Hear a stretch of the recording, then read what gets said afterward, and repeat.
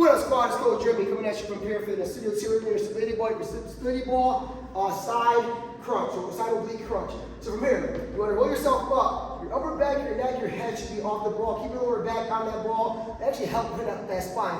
Usually when you're crunching, you don't want to really come all the way back with that movement. Just focus on pressure your belly button to your spine. As this way, you bring your elbows towards your opposite side. As you come up, you want to squeeze your obliques. So cross that body with that side oblique crunch coming on up. Bring your fingertips on your head. We're not tugging on our neck. You get yourself up there. It's going to guide us as we come across that body.